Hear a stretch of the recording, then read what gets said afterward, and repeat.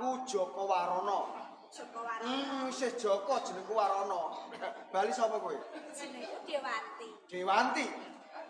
Kok kowe kaijenan iki mau yen ana apa-apa njur piye kok ora karo bojo apa to? Lah aku iki mau ya arep bali kono. Kowe sumingkir wae aku tak bali. Sik to. Jane kowe arep bali ki arep muli katresnanmu ngono apa bojomu? Ora. Aku isih prawan, aku durung duwe bojo. Dadi kowe isih prawan? Wah, padha cocok nek ngono. Ya kok padha? Lah aku isih Joko. Lah sing takon kono Joko apa ora ya sapa? Aku tawa.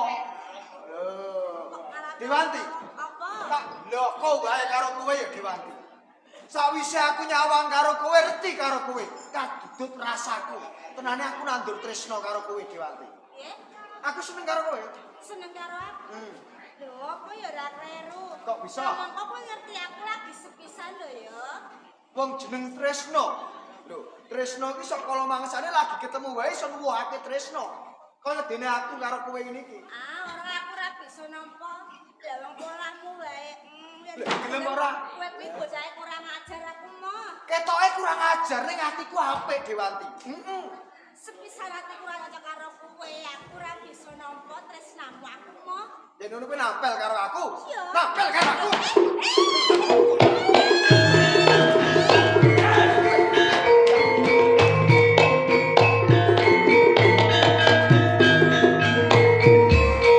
Mau mesti golek godhong iki mau.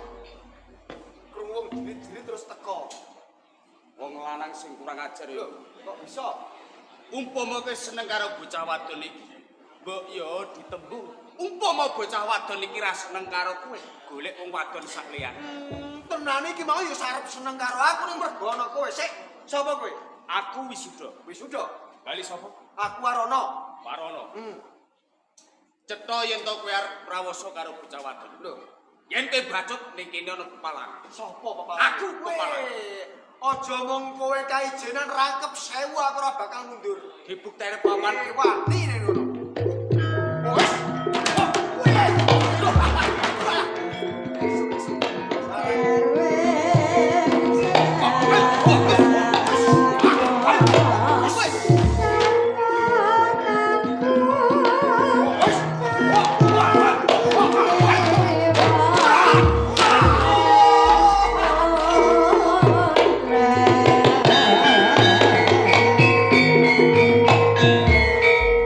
Sapa jenengmu mau, Kakak? Aku wisuda.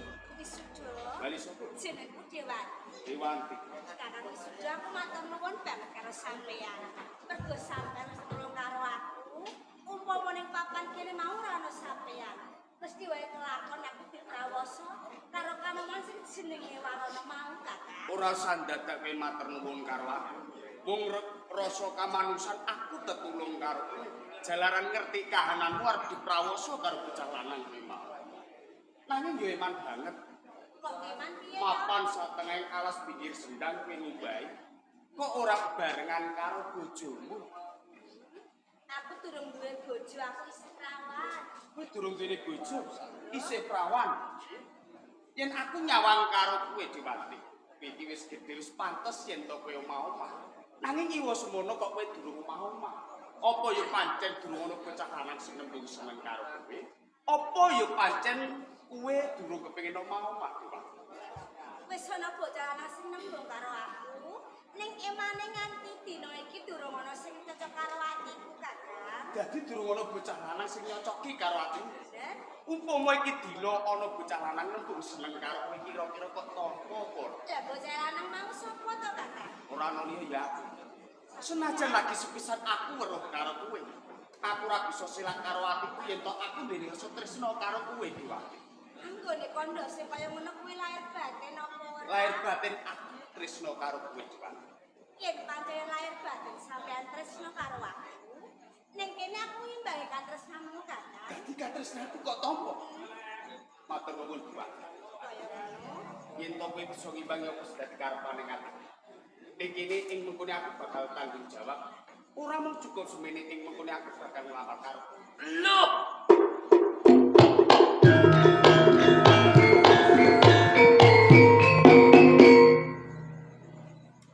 Kok ana bocah kanoman aku ganggu karo aku.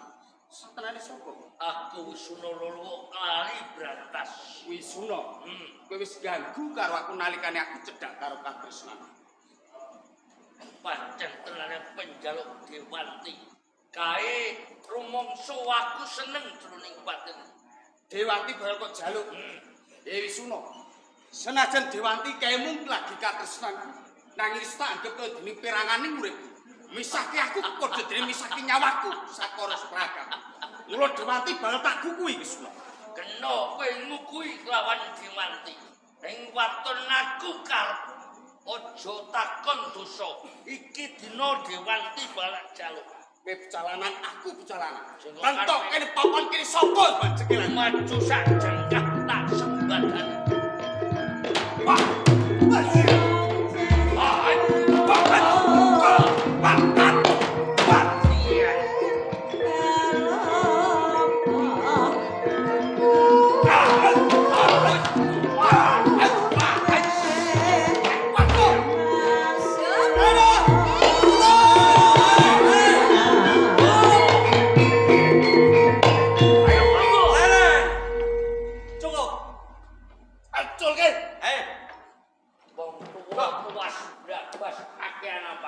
Sopo kowe?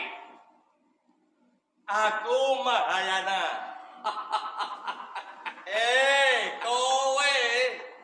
Nek kowe wong Digdaya, rumangsa atos balungmu, kandel kulitmu, aja bocah pisir. Sing kok karepe piye? Nek pancen kowe wong sekti tenan, ayo aja bocah iki tandingana. Keparat jajelan wong tuwa tuas berabas kakean apa? Kowe iki menungso sing ora tata. Hati-hati lho, Bos. Candra kaya kowe. Kowe iki menungso, besok sing mentala mateni wong tuamu dhewe, nemeni wong tuamu Aku ora percaya.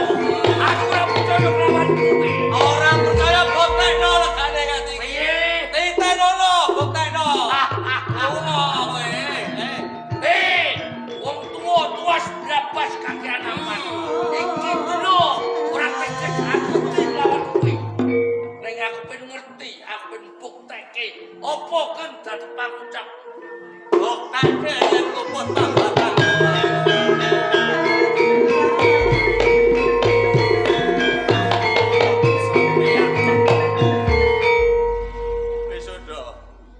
Iki mau perkarane apa? Perkarane Dewanti. Wisuna kepengin jaluk anane Dewanti. Dewanti niku katresnan kula. Kowe wis seneng cah wadon ngono apa? Nggih, Mbak. Jenenge iki Dewanti. Nggih. Ngene Dewanti. Kula, Mbah. Jare wisuda iki seneng karo kowe, kosok baline kowe ya seneng. Kula nggih seneng kok, Mbah. Aja kaya ngene ben ora dadi rebutan. Kowe saiki mulih ya. Nggih. Kondo karo bapakmu. Engko wisuda tak jae mulih. Engko liya dina aku tak teko ning omahmu nglamar kowe. Kakang Wisuda. Dewanti. Yen pancen nyoto sampean tresno lahir batin karo aku, tak jaluk sampean kuwi nglamar ning pangarepane wong tuaku. Bobo Resi Samudana ana ing Gunung Bromo, sampean tak enteni ya, Tak Kakang. ujune pejal. Bali.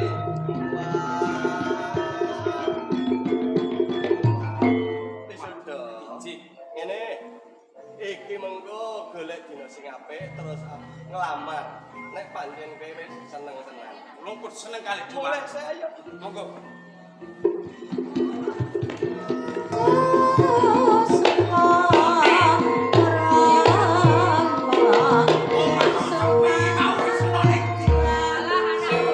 Ora rasane ngomel pancen. Niku dikandani, pengen kluyuran ae. Nganti omel ambiku lek kandhane anakku lanang makne. Bocah kok dina lek ora iso omah iki. Lah kuwi saiki mbok piye kok iso Mulai kok nek pendak mangan, bar mangan lunga. Teko mangan lunga meneh. sing tak gumune seraga letak iki lho Pak. Lah kae. Kok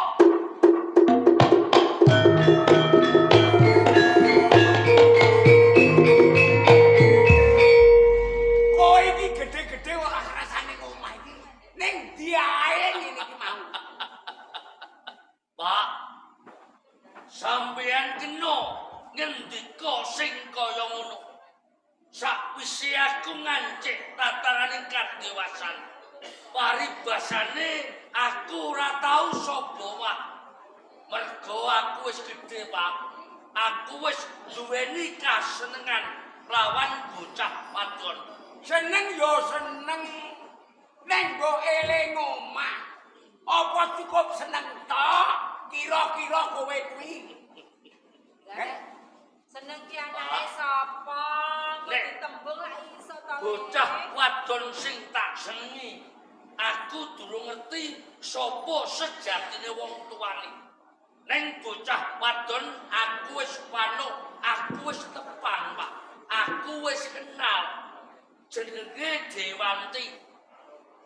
Bareng bocah wadon tak tembung, bocah wadon iki mau duweni katresnan.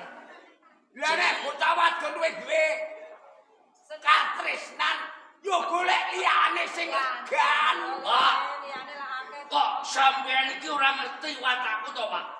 Lan sampeyan to, Mbok?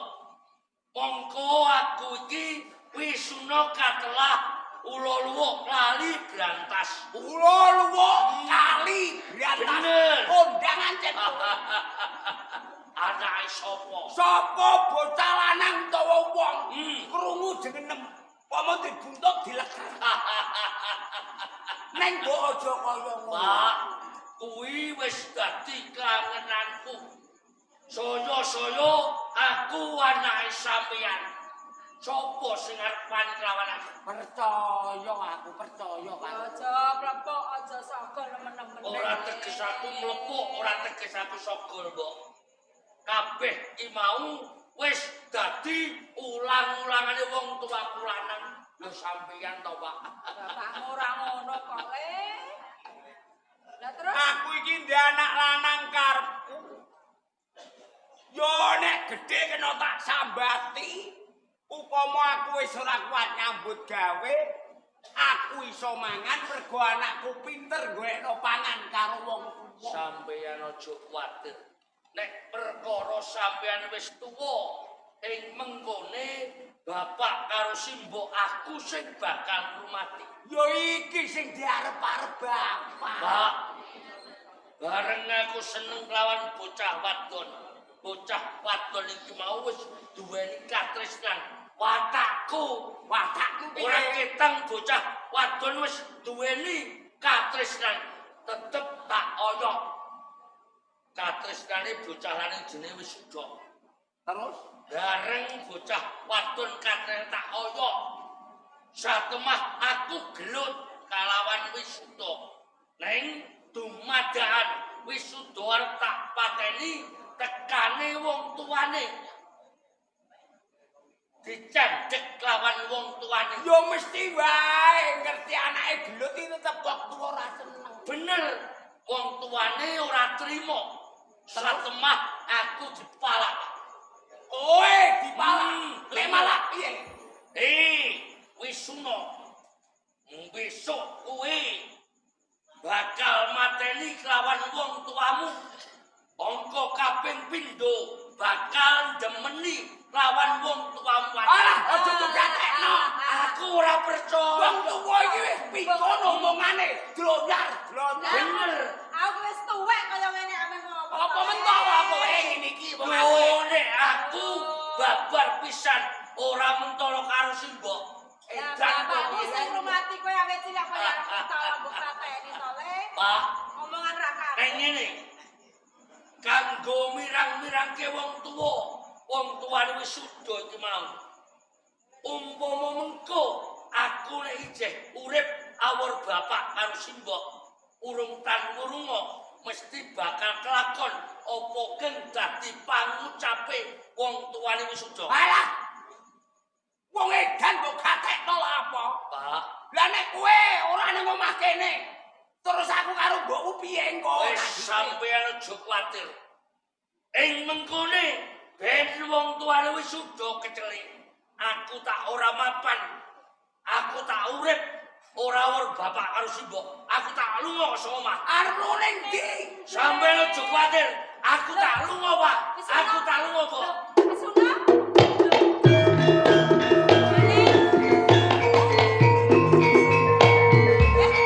Lho nek lungane iki bener ora apa-apa. Nek nganti kowe suna iki lungane ning negara penjalu. Ya iso kuwi. Nek nganti omongane wong tuwa iku tumus. Lah sampean kok meneng ae? Kene Iya iki Pakne. jenenge lelakone wong urip. Yo Pakne. Iki yo nek ra mandi omongne wong tuwa mau. Lah kuwi sing tak kuwatir nek ati ketemu terus ning penjalu terus Monggo aku karo kowe kuwi ora wong tuane dhewe. ya iso Pakne. Wes, ben nasibe Wisuna ben dilakoni. Nek anjene wis dadi lakone Wisuna, ame mbok ganduli piye? Nek wis mestine yo Pakne. Lah iya. Ya wis awake dhewe tentrem. Ayo, dondongan muga-muga ora lakon.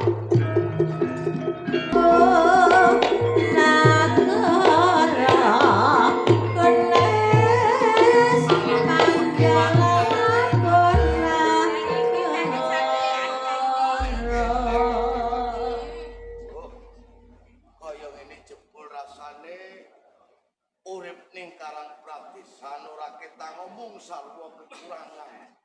Ning nyatane bisa gawe tentreme ati. Jane aku ki yo ngumpul lho, Nok. Kowe iki yo wis gedhe. Kowe iki yo wis ngancik sak umur manten. Aku kok ya ora tau weruh kowe ngejak bocah lanang dolan ning Gunung Bromo kene. Apa kurang nggonmu srawung to, Nok? Mboten kok ngaten, Bapak. Lah, punipun kula pun gadah katresnan kok.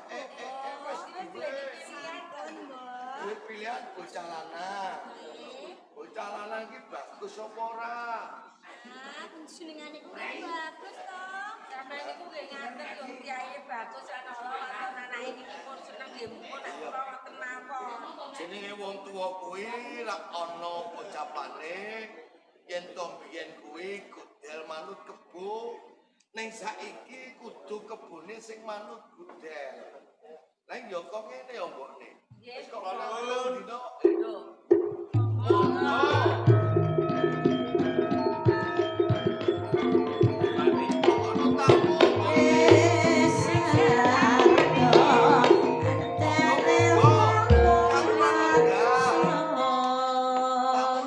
Kale Pakne. Loro. Nggih. Monggo. Nggih. Nuwun sewu. Nderek nepangaken. Sampai niki asmane sinten? Wingking saking pundi lan gadah karep napa? Dene mertamu wonten ing gubuk kula mriki. Nami kula niku Mahayana. Oh, lanang tamune niki nggih. Kaya tuwa ampun iki. Kula mriki niki ajeng nglamar. Nglamar. Nggih. Lah sampeyan iki pun sepuh nganggo jeneng Resi barang lho kok ya isih kepengin omah-omah kok sampeyan. Nglamarke anakku. Nglamarke putu. Kula wisuda. Wisuda. Bocahe. Mriki. Iya ora roh aku kok lali. Sampun mriki kok, Bapak. Wis ning kene. Kowe ya tepung no. Nggih. Kowe tepung karo sing jeneng wisuda. Ya terus wisuda piye kowe wisuda? Kula tresna kalih Yugo Pak, sampeyan. itu Pak omahe Pak. Ayo, Pak.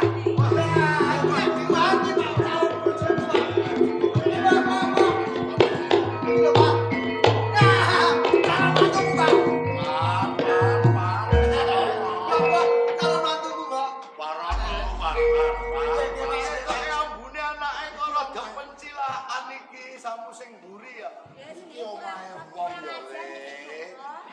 Sing duwe duka trapsila. Kadung seneng kok, Pak.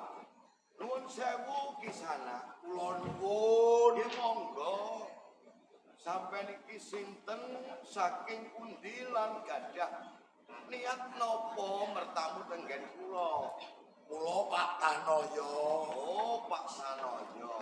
Omah kula niku ngledhok mriko. Oh, tebih nggih saking gunung kula. Lajeng kula sowan mriki niku badhe wonten damele, Lajeng damelipun menapa? badhe kepanggih kalian Resi Samudana.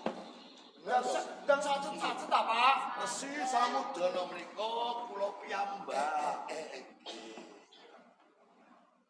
Kersanipun menapa? Awratipun kula niku dipun tangisi kalih anak kula. Anak kula niku seneng bocah wadon sing jenenge Dewanti, Pak. nggih Dewanti. Oh, Napa kepara leres Dewanti niku yoga panjenengan nggih. Leres Dewanti niki anak kula. Nduk Dewanti kene ndi to, No? Ning kene. Nggih niki. Bocah saka desa Bocah saka kae. gunung. Nggih, Pak. ora madha rupa. Mboten nggih niku, Pak. Engko madha rupa. Mboten. Lah nek empun ngerti Dewanti njur karepe napa? Sowan kula niku ajeng nglamar kalih Dewanti yoga panjenengan. Nggih. Nuwun sewu nggih Pak Tanoyo. Dene anak kula niki mung setunggal. Dene kala wau wonten tekanipun Boporsi Mahayana. Pratelanipun ugi nembung lamar. Reh dene ingkang nglampahi niki anak kula. Jarene tetembungane wong tuwa iki gadah ning ora gaduh. Kula aturi ngrantos sawetawis kula tak naros kalih anak kula. Nggih, Pak. Bapak Mayana pun ranting nggih. Nggih. Dewanti, Iki kula, Bapak. kene cedhak lawan bapak no. Sabar ya, Le. Iki ana kanuman loro sing padha seneng lamar lan kowe. Bapak ora bakal meksa salah siji ngendi sing kok pilih. Bapak mung manut lan bakal ngrestoni kok no. Ngaten. Ingkang kula pilih katresnan kula Kakang Wisuda, Bapak. Sing kok nampa wisuda.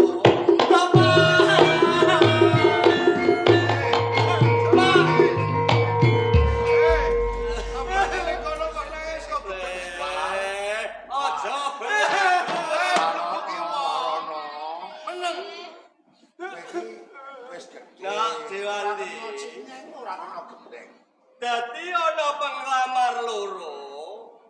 Iki sing tok tampa wisuda. Sing pinangka gantilane atimu. Najan wisuda iki tok tampa ning ora iso lakon dadi manten.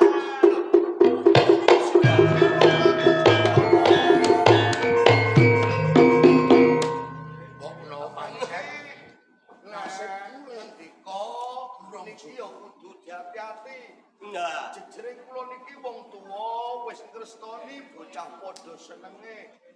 Lah kula tiwasati seneng jebul sampeyan iki ngucap menawi mboten badhe kelampar. Resi Samudana. Kowe iki mbok rasah bodoni karo jagat. Arep ganti jeneng sedina kaping 7. Aku ora pangling lan kowe iki dudu Resi Samudana. Nanging kowe iki sesemban ana ing penjalu jenengmu Prabu Danapati.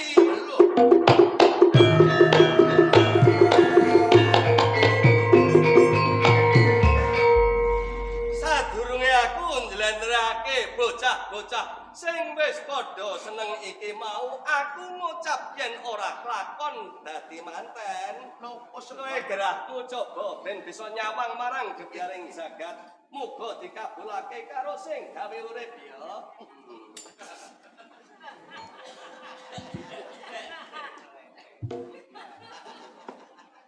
sampean iku nambani kok masih diplotot yo. Tak plotot saka dhuwur terus ngene malah sampean nembele metu. Niki kula Bapak. Dewanti anak kula.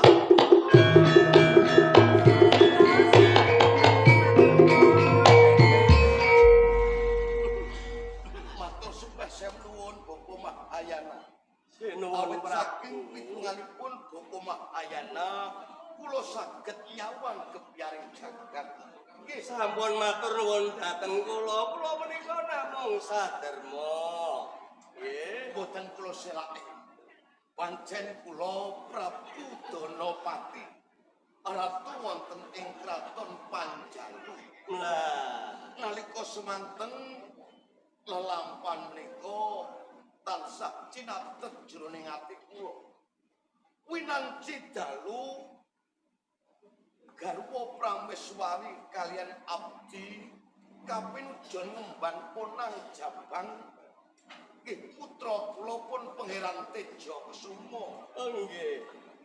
Ing mriku wonten tekanipun wewujudan ingkang gegilane menawi to kula mastani menika kedhok raseksa. Nggih, nggih. Ngrebak kalih anak kula saking tanganipun abdi kepara abdi dados korban ngantos pecah. Kula bujung lampahipun kedhok raseksa. Kula saged manggapun kedhok raseksa ing mriku kula badhe ngrebak kalih anak kula pun Pangeran Teja Kusuma. Nanging kadadak kula kasawur wedi ngantos kula picak kala wau. Lan kula gigadah kapitayan Bapa Mahayana. Nggih. Menawi to anak kula menika sampun pejah kalana dipun mangsa kalian kedhok raseksa. Ponang Jabang ingkang dipun beto kedhok raseksa. Putra panjenengan boten pejah. Nanging kula glowentah wonten ing dusun dewasane nggih wisuda menika.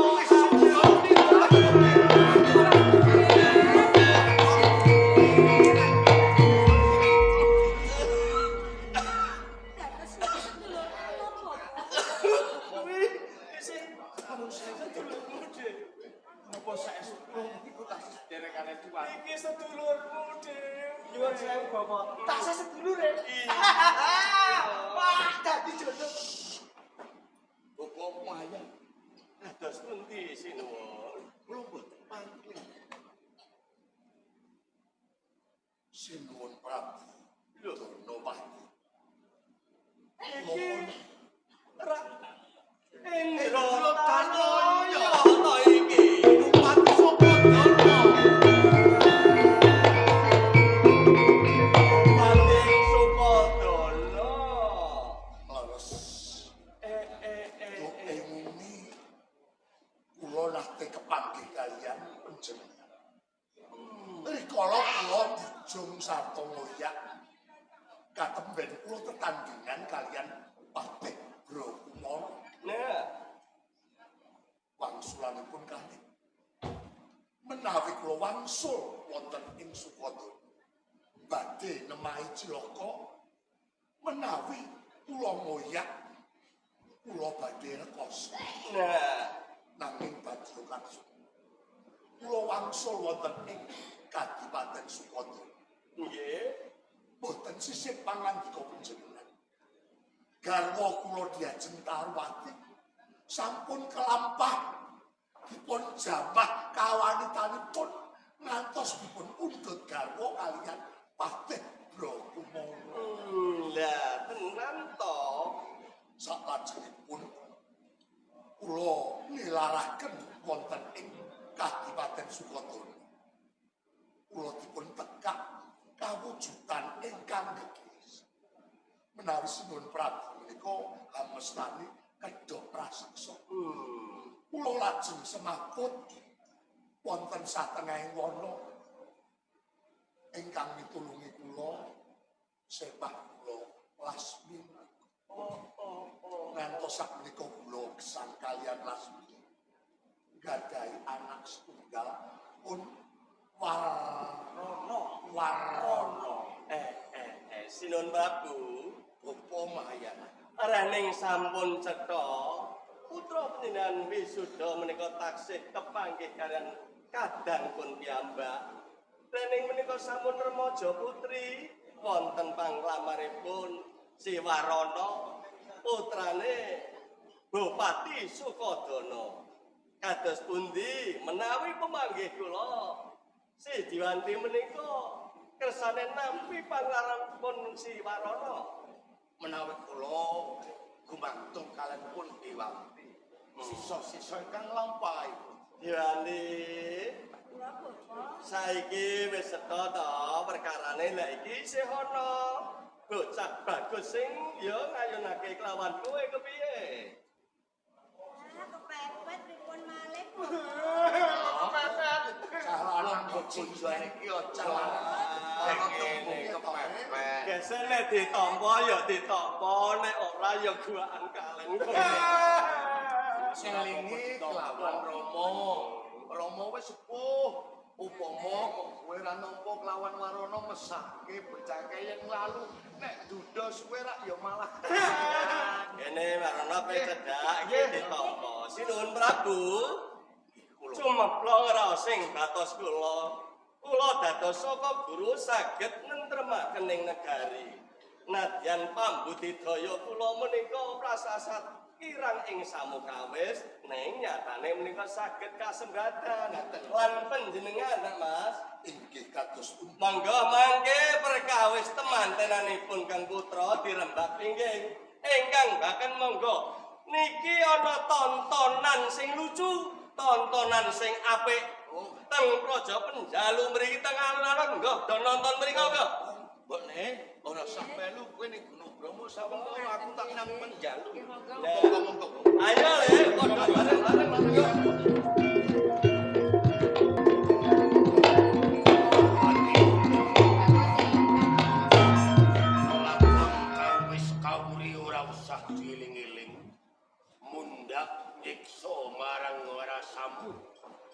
Tetembungane kegeden penggagas dalane loro dalane pati urip sak dermo ngelakon Mas. muga-muga besok kowe bakal kelakon entuk ganti pinarian turun patutan marang panjenengan Kesehatan ini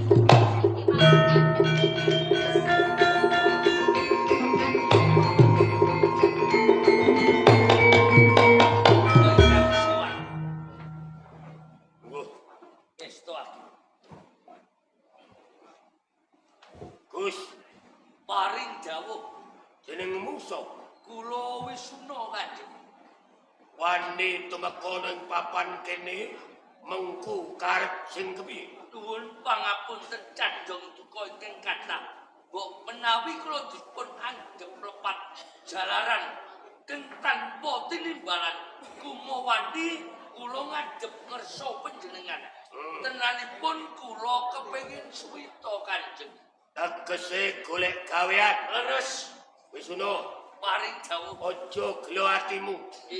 Ora ana gawean kanggo kowe.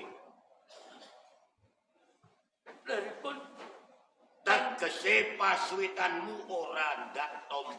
nyuwun pangapuntenipun Kang Mas. Darawat Mesakaken sanget kalih Kanoman menika ingkang kepengin kapten dumateng panjenengan kepengin pados pedamelan prayoginipun dipun tampi kemawon menawi wonten keparengipun badhe kula dadosaken juru taman kula nggih Kang Mas. apa ijih kurang? Abdi ana ing Taman Sari Penjalu kok ijih butuh tenaga meneh. Nyeman sanget lho. Kanoman menika gagah pitiksa. Pados Kanoman ken kados ngaten sak menika niku angel lho Kang Mas. Kaya ngono. Ngaten inggih. Ya. Wisnu, paring dawuh. karana minangkani pambujuting garwaku. Kowe tak tampa malah kaporo tak angkat dadi abdi juru taman. Matur sembah nuwun. Darwati, Nggih. para gageh kantinen ana ing Taman Sari ben ngerti gaweane. Ayo Wisnu. Mangga.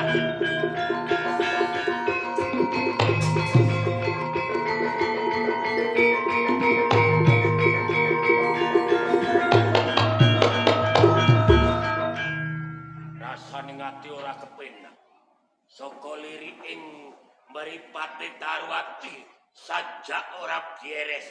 Wani Sembrono aja takon dosa kowe.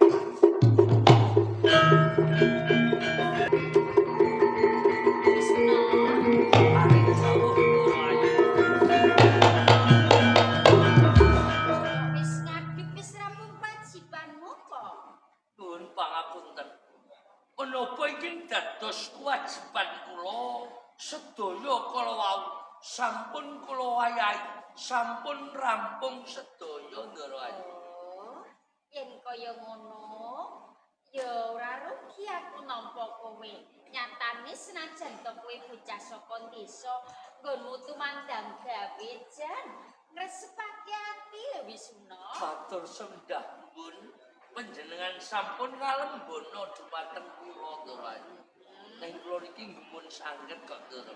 Gumun perkara apa ta Wisuna? Panjenengan iki boten ketang garwanipun sesembahan wonten ing kraton Penjalu. Mengko menawi kula nyawang garwa panjenengan niki sampun yuswa sepuh ning panjenengan iki tasih ketingal ayu sanget Ndara. Iya, ora usah ngalembono keng kaya ngono. Boten teges kula niki ngalembono ning sedaya kala wau kasunyatan kok Ndara. Ah, aku ora ngrumangsani lho Wisuna. Ndara Ayu. Heeh. Nyuwun pangapunten nggih. Apa ta?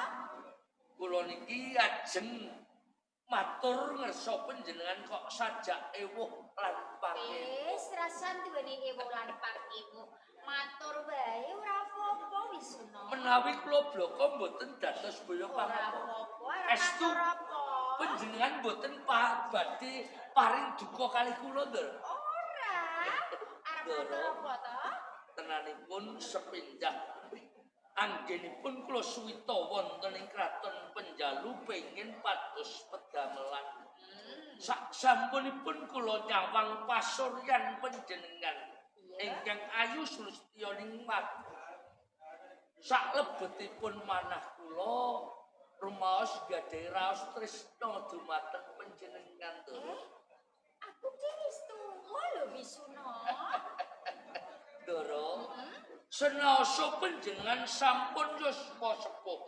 Ning saben-saben kula nyawang kalih pasuryan panjenengan kados dening remaja putri ingkang katemben umur 17 taun, Ndara. Iya, tenan apa piye? Saestu nggih Kowe tresna aku tenan? lahir batin kula tresna, Ndara. Waduh, umpama to sak tenane kowe tresna aku tenan.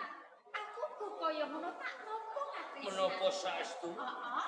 Menapa dipun keparengaken kula kepengin nglados panjenengan. Lho, pancen fisik tak jaluk. Estu, monggo-monggo, Ndara.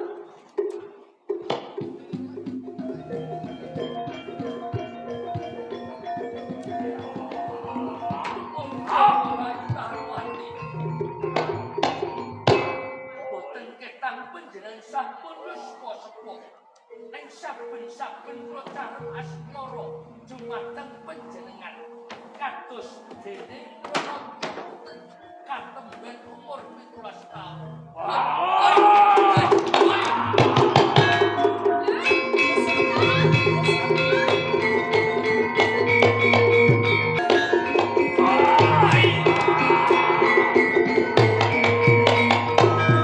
Para jajelan lancar Wisuna sugih kentel bondowan mati sudan.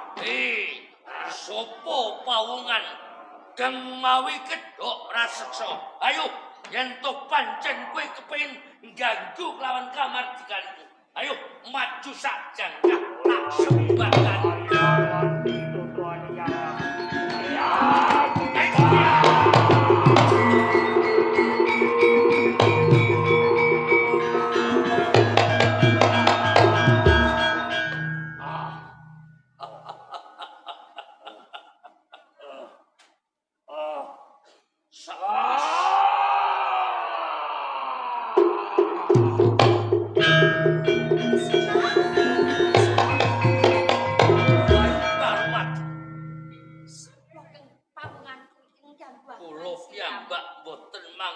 Sinten pawungan sugeng mawi kedok praseksa. Coba tak bukae sapa pawongan. Manggaaken Ndara wae. Lho, Kang Mas Prabu.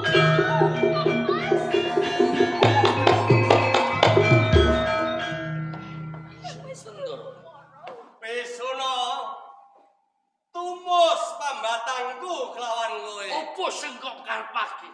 Nalika semono aku mbatang kowe bakal bisa mateni bapakmu dhewe. Sapa iki?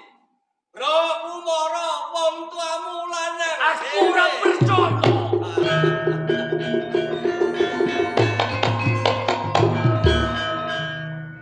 Jur kang kaping pindho kowe bakal bedang wong tuamu wadon sapa Tarwati iki? Sopo? Iki ibumu dhewe. Ora. Aku ora percaya.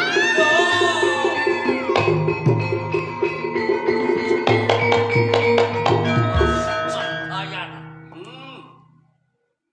Ojo kumalungkum anggonmu ngucap.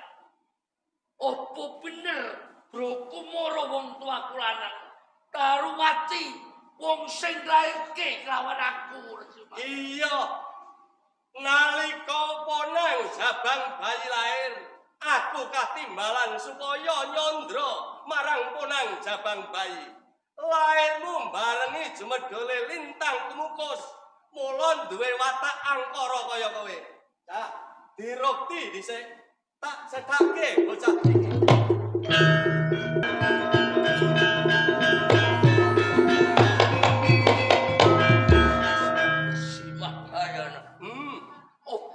Kabeh pangucap kena tak percaya, kena tak oke.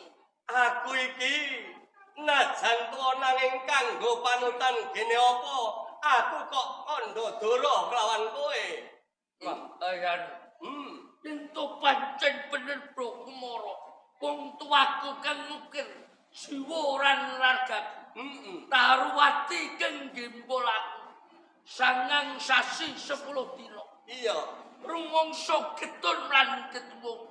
Sakwise aku carem asmara lawan wong tuaku wadon. Resi Mahayana. Kagawa watak. Aku rumangsa anak sing duraka. Aku rumangsa anak sing kebak dosa. Mula kanthi kuwi minangka kanggo nebus dosa lan kaluputan. Iki dina aku kepengin ora ngerti gebgaring jagat mula kanthi kuwi. Aku kepengin nyukil kelawan mripat. Kowe minangka dadi paseksen Resi Wangga. Sawangen Mahayana. Aduh,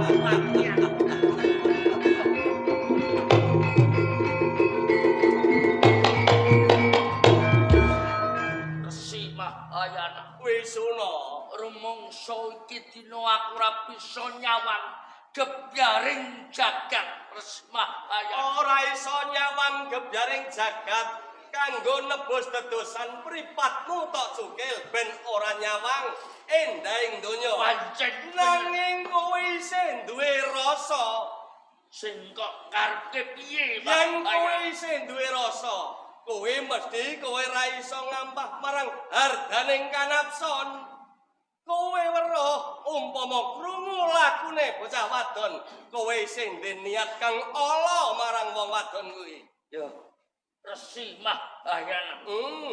Ora ketang mripatku wis ora ngerti gebyaring jagat. Ning rumangsa jroning batinku, aku isih duweni rasa dosa lawan wong tuaku lanang lan wadon. Iya. Mula kanthi kuwi iki dina aku bakal mungkasi nyawaku waduh.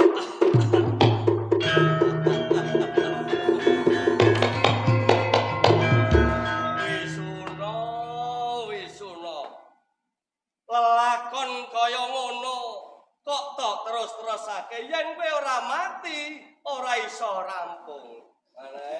Sinuwun Prabu, paring dawuh. Sampun cetha. ingkang damel wisuna wonten ing Penjalu Bro Kumara sampun pejah. Lah sakmenika kanggen panjenengan menawi sampun rumaos jumpa boten kuwi ngembat negari badhe ngenomaken napa pripun. Leres menapa dados dawuhipun Bapa Mahayana. Nggih, Dene kula menika sampun yuswa sepuh. Katimbang imangke dados popoyokaning para kawula lan nayaka wonten ing kraton Panjalu. Kula kepengin lereh ing keprabon saha kula kepengin jumenengaken anak kula pun Pangeran Tejo Sumo gumantinata wonten ing kraton Panjalu. syukur menawi kados ngaten. Mangke nak Mas. Ora, boten. Aku ditekani malaikat loro. Cakar kalau cakir. Ora.